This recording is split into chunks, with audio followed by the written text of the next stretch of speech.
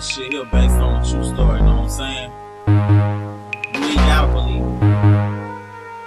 All I want you to do is just listen. Yeah.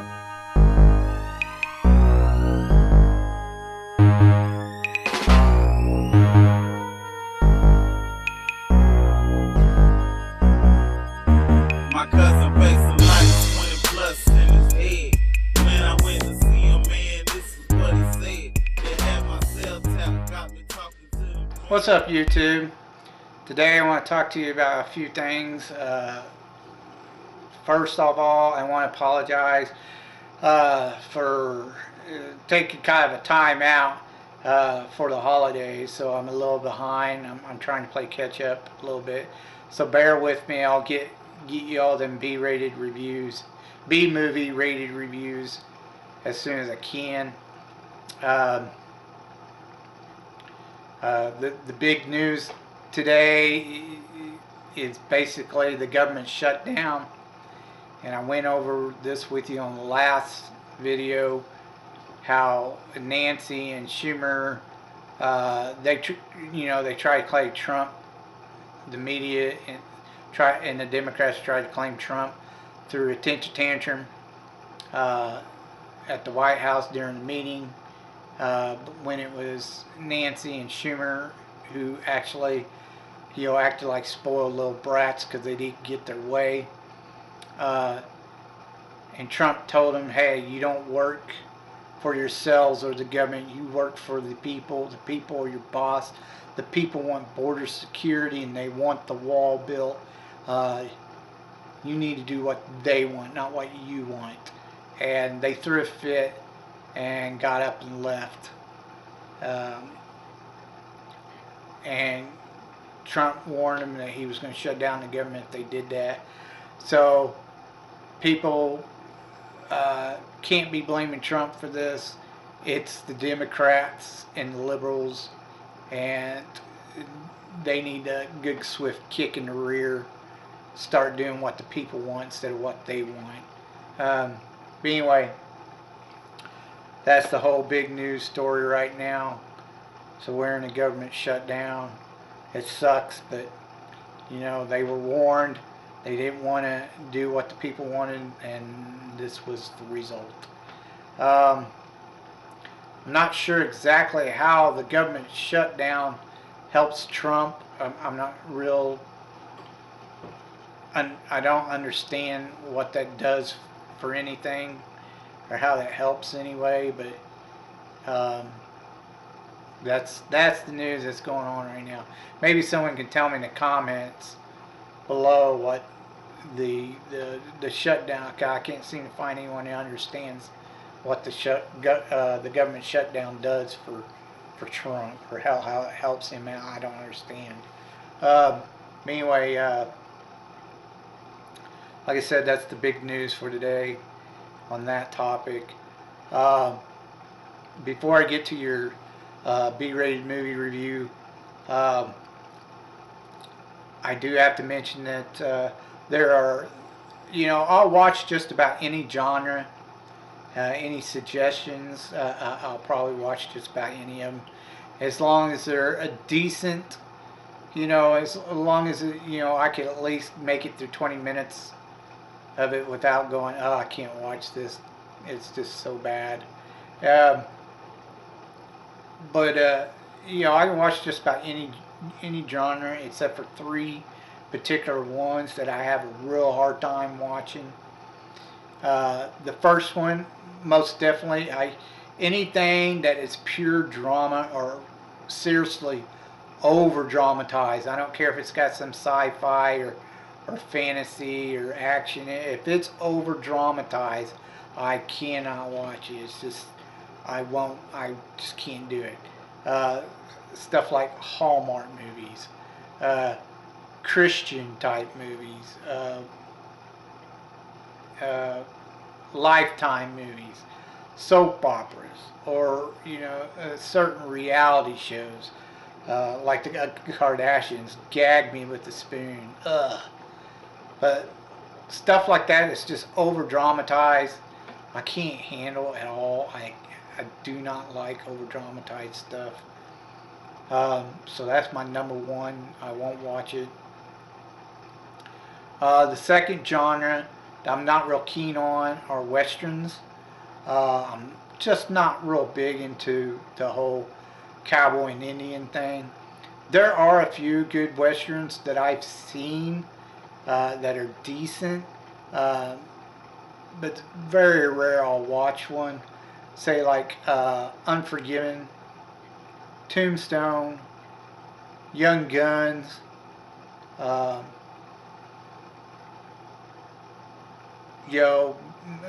movies like that. I don't so much mind. Um, they've got to be really, really good, or I can't watch westerns. Uh, it's kind of messed up that for a long time, like during the '60s, they produced all these cowboy and Indian movies or westerns, and they glorified, the gunslinger, cowboy, aka killer or whatever. He's just going around shooting people, and they made it sound like it was cool and it was neat to be the outlaw and the serial killer goes around killing people with a gun. Let's have a draw, and which is really messed up. That Hollywood made it seem like that was a good thing to be the bad guy. It was messed up. Because Doc Holliday, Pat Garrett, Billy the Kid, Jesse James, these guys were not nice guys. They were mean, and they would rather kill you or shoot you than talk to you. Cowboys cowboys are dicks. They're assholes. That's the way it's always been. And I would be too. I would be pretty mean too if I had to ride around on a horse all day and fucking chat my ass every damn day. Be sore, have a sore ass all day. Hell yeah, I'd be mean too. But anyways, I'm just saying, cowboys suck. So, westerns is not my thing. The last genre, I can watch a lot of it. However, there are just certain particular types, especially nowadays. Anything after 2000, most of the movies suck anyway, and I don't care for them. Especially B-rated movies, or actually like F-rated movies. Especially if you got the Asylum that's getting a hold of them, because Asylum pictures is the worst. It's like YouTube. Someone took a camera, some YouTuber, and just shot a movie with the most horrible actors they could find. Then that's Asylum Pictures. It's F-rated crap. There is no B-rated crap hardly anymore. It's all F-rated, because you got too many people with cameras and thinking they're amateur directors or something. So anything after 2000 is pretty bad. But the horror genre is my third genre that I have a hard time watching some of the movies. I do watch just about anything from before the year 2000. A lot of your horror genre was kind of silly and funny, and it wasn't really scary all that much. So I don't mind watching them, and expecting to be a little B-rated cheesy. But that's what made them fun to watch. There are three types of, but anyway, like I said, most of the movies they do today are after the year 2000, especially horror flicks, and they've got so many of them. Yeah, because, you had your Y generation, which was right after the X generation, and they grew up and they say, oh, how messed up do they have to be to constantly be thinking of ways to kill people on screen? If that outlet wasn't there for them, we'd have a lot of serial killers out there. Because it's really screwed up. It's a gore fest, you know. They try to do their best to outdo the next person and make it as bloody as hell, or the most insane, gross way to hurt another human being. That's what they think about, and that's what they put on screen nowadays, and it's just terrible. It's terrible movies. But anything before 2000, like I said, I don't mind so much. Anything after, I have a real hard time trying to watch. I usually can't sit through 20 minutes of the movie. It's so bad. There are three particular type of horror movies that usually come out. The first is the slasher, the psychological thriller, cannibalistic, you know, type of things, type of movies or whatever. You know, they just someone's trying to kill you kind of thing. Now, a lot of people try to claim or believe that Halloween was the one that started this type of horror genre, but it wasn't. You had movies like in the 70s like Black Christmas and Deep Red that actually were slasher films.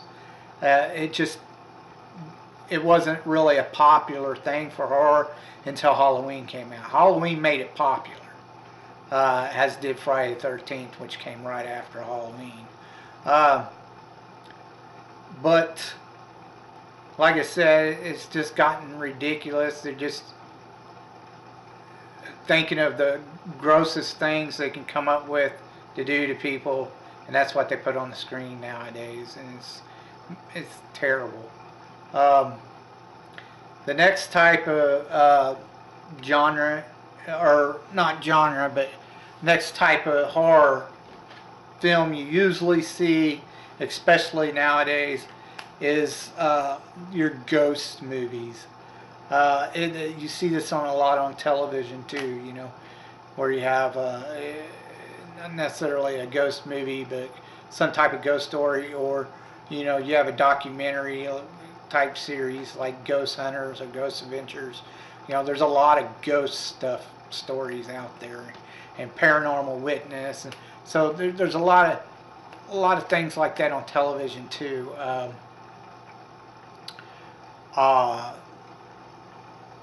I think it gets really crazy when they try to do, you know, you have your regular ghost stories, and you have your, you know, maybe a cursed item, or something about, you know, they're real big on the dolls, evil dolls, and every once in a while they'll throw in like a possession type movie, and possessions have actually been debunked. These are people who have some very serious mental problems. They're not really possessed. That's been proven, especially with some of the possession videos that they try to claim are authentic documentaries, but you never see anything, like a bunch of objects moving, or you know, them floating around or some crap like that. It's just people spitting and trying to hit somebody, and then trying to speak in a guttural voice, like, you know what I mean, like they're trying to sound demonic or something, you know, whether it's trying to speak another language or they're just making up crap. They'll go, oh, it's a demonic language, you know, we don't know what it means, blah blah blah. No, they're just making up crap. They're either they're really mentally disturbed, or they're trying to get attention. And this has been proven time and time again. So I don't believe any of that possession nonsense. And the doll thing's been getting kind of old and played out. You know, they got all kinds of doll. Robert the doll, Patrick the doll, you know, and then, you know, you got this Lucy Bell, it just came out, or whatever, Lucille or whatever it is. And you know, of course, Annabelle started all that. And I'm not a big fan of uh, Lorraine and Ed Warren. Uh, a lot of their stuff's been debunked, and you know, the Annabelle movie, they changed the doll to make it more sinister looking. You know, obviously, you know, the real Annabelle doll looks like a big Raggedy Ann doll and doesn't look scary at all, not one bit. Um, let's see, you know, the Amityville horror was based on Ed and Lorraine Warren's thing. You know, there was a real crime with Amityville where the oldest son went around and killed his entire family. Only thing I thought was strange about that is he's going around shooting this rifle while they're all in bed, but you're going to tell me not one of them in the entire family woke up and freaked out when they heard the gunshot. One gunshot. I mean, I don't know how he pulled that off. Killed them all in bed without none of them waking up. That makes no sense to me. Uh, and he didn't use a silencer, so I don't know. But you know, after that, they had this family that moved in called the Lutz, and that's where Ed and Lorraine stepped in. Uh, the Lutz were claiming all this paranormal activity was going on, and Ed and Lorraine was like trying to collaborate or whatever. Uh, and it was later found out that the entire Lutz family came forward and said they made it all up. It was a bunch of hogwash. So it was a big hoax. And Ed Lorraine was right in the middle of it. Ed and Lorraine Warren was back right in the middle of it. So a lot of their stuff is, you know, you can take with a grain of salt because it's a bunch of mumbo jumbo. I did like The Conjuring, the first one. It was really good until towards the end, where the mother, the mother went and freaking acted like she got possessed, and Ed Warren, you know, oh, I'm a demonologist, I can get rid of the demon, blah blah blah, and that's the end of the movie. You know, it's just, yeah, whatever. You know, it was really good up till that point. That's where I just said, yep, okay, I'm done. So Ed and Lorraine movies, Warren movies, yeah, I just not a big fan.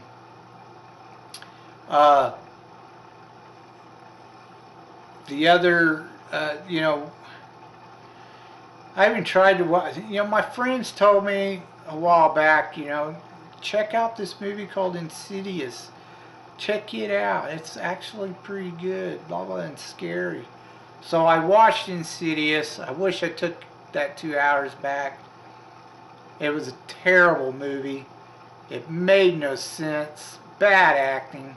The guy dies or something, goes to hell, and for some reason he's trying to get back out into the living world.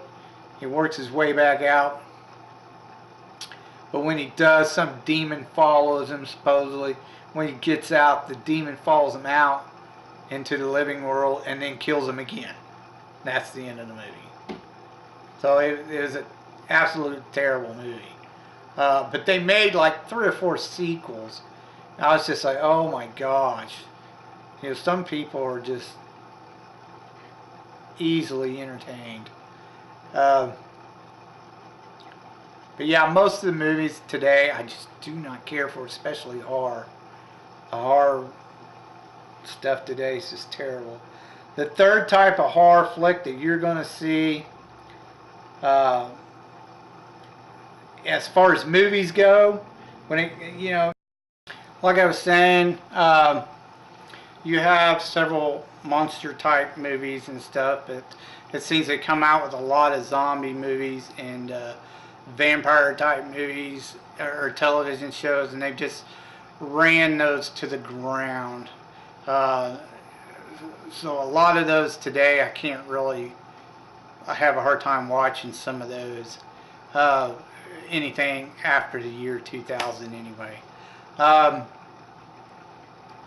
so that's type of genres I'm not really into, and the type of horror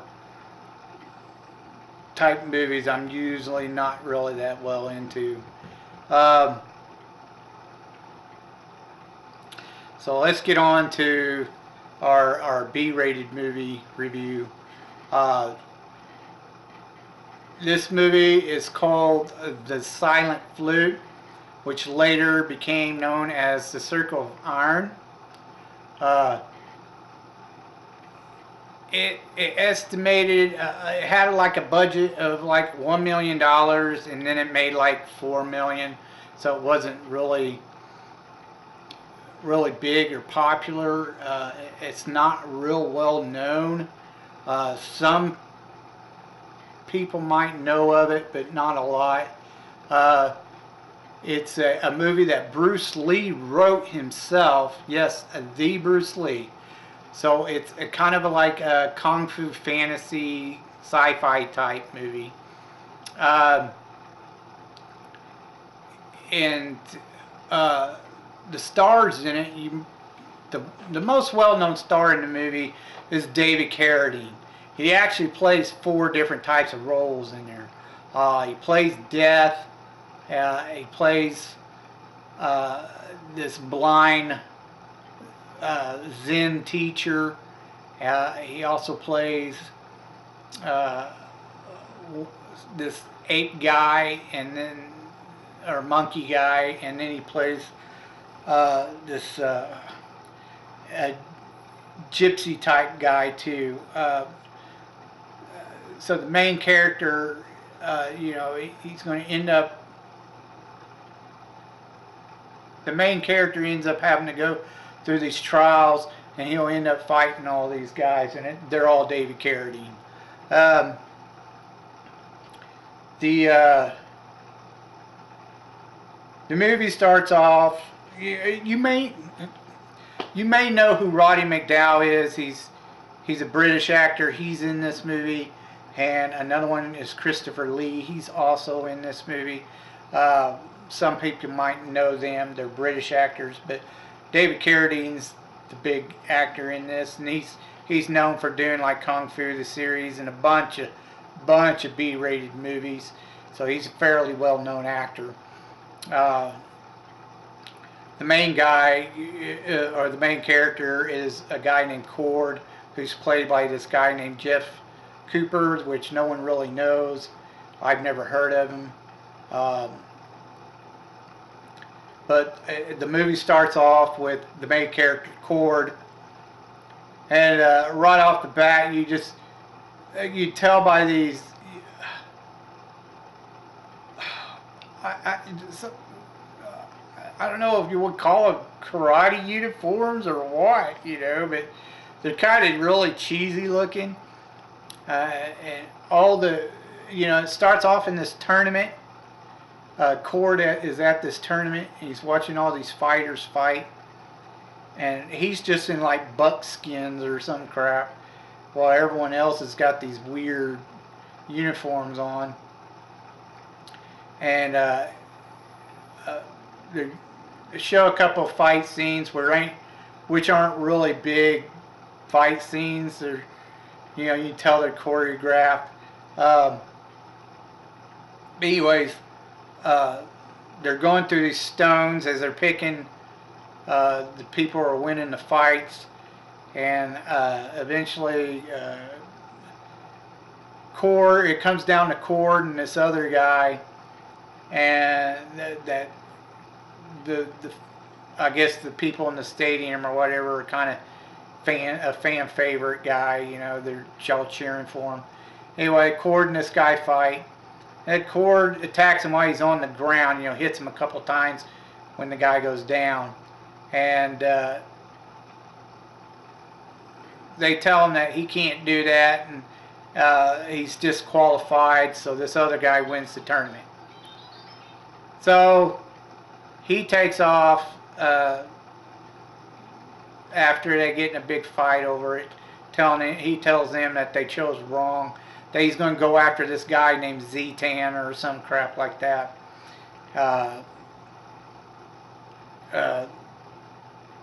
So Cord leaves and he waits on the guy who won the tournament. He waits on him and he starts following him around.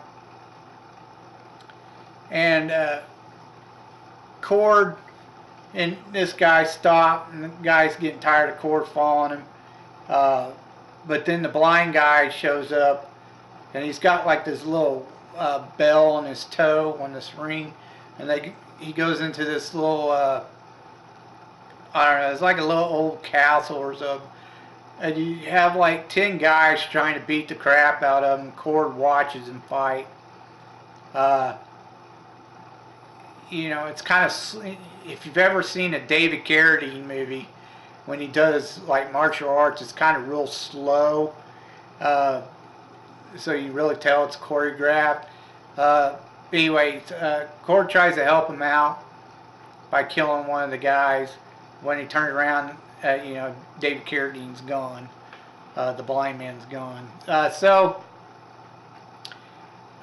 Eventually he runs across the guy he was following again.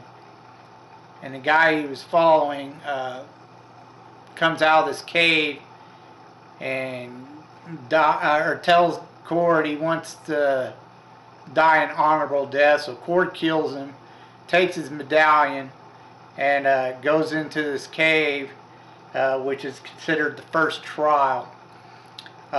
He takes the medallion, which is that guy's school or some crap like that, represents his school. He goes in this cave and he fights I guess you call him the Monkey King or whatever, which is actually David Carradine. They got him dressed up as this monkey looking type dude. He fights him and he beats him, and the Monkey King tells him which way to go. It's usually done kind of in a cryptic way, in riddles or some shit, so you don't understand exactly where he's going, but he figures it out and he goes that way. And on his way, he runs across some guy who's sitting in a tub of oil. Supposedly he's been there for 10 years in this tub of oil, and he's just trying to dissolve his bottom half, because you know that thing down there, you know, causes all kinds of problems, and he can't think right with that thing down there, so he's trying to get rid of it. He figured if he sat in this tub of oil, it would eventually dissolve. He tries to invite Cord in there, and Cord's like, I don't think so. He leaves, and I don't know the significance of that. It just made no sense whatsoever. But he leaves that guy behind,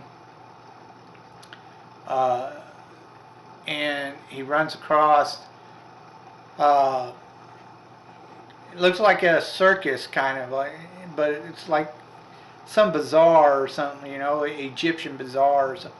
You know, you got this, I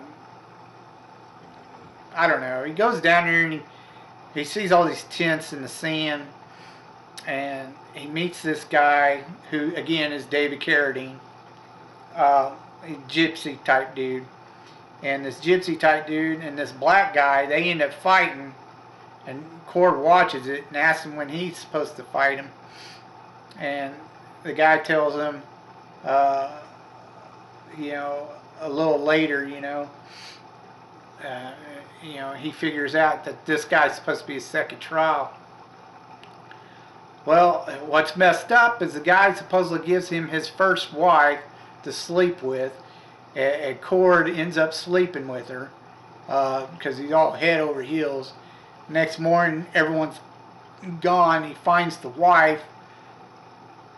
It looks like she's been kind of like crucified on this these poles or whatever, and left out in the desert eating dead. And he freaks out and he takes off running, and he finds the blind guy again, and he's playing his flute, and the blind guy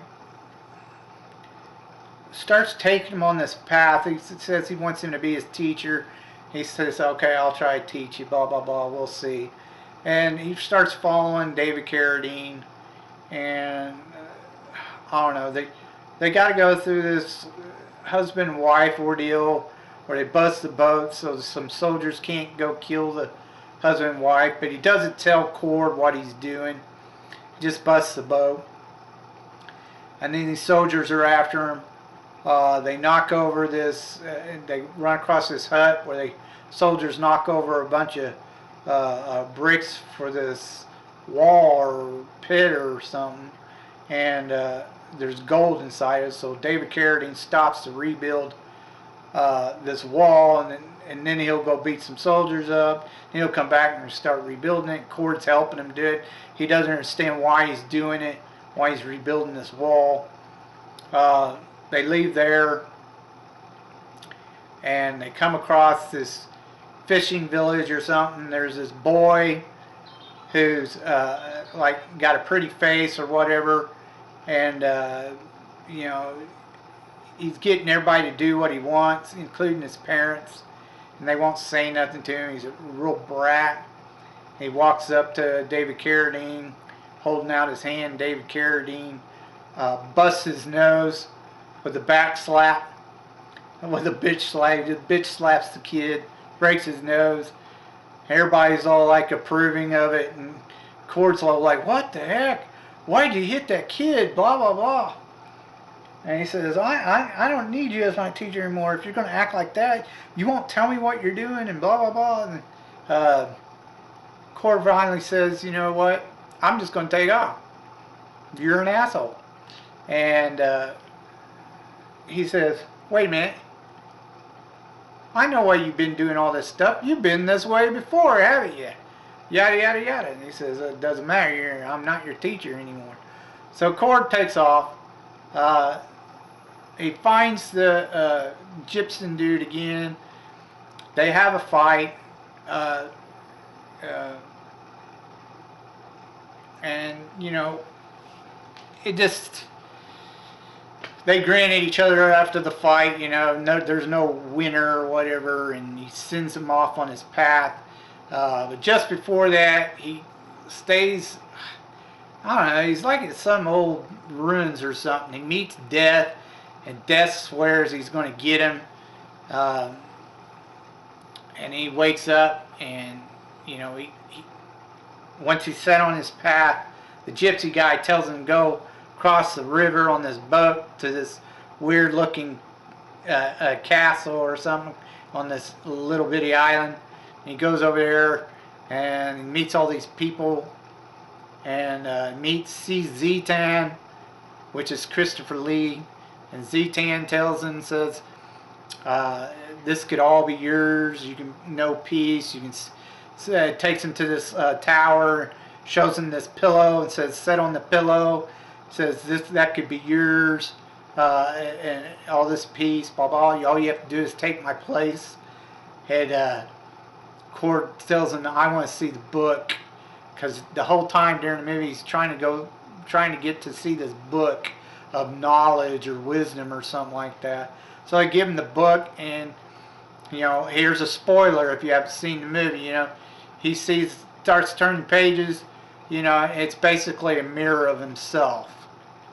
A mirror. The book is full of mirrors. So he's like, oh, I see myself. You know, I'm enlightened now. And they keep trying to talk him into staying. He won't stay. He finds out that a lot of these people that are on this little island were once fighters like him seeking the book. And they decide to stay, but he's like, no, he leaves. And that's pretty much the end of the movie.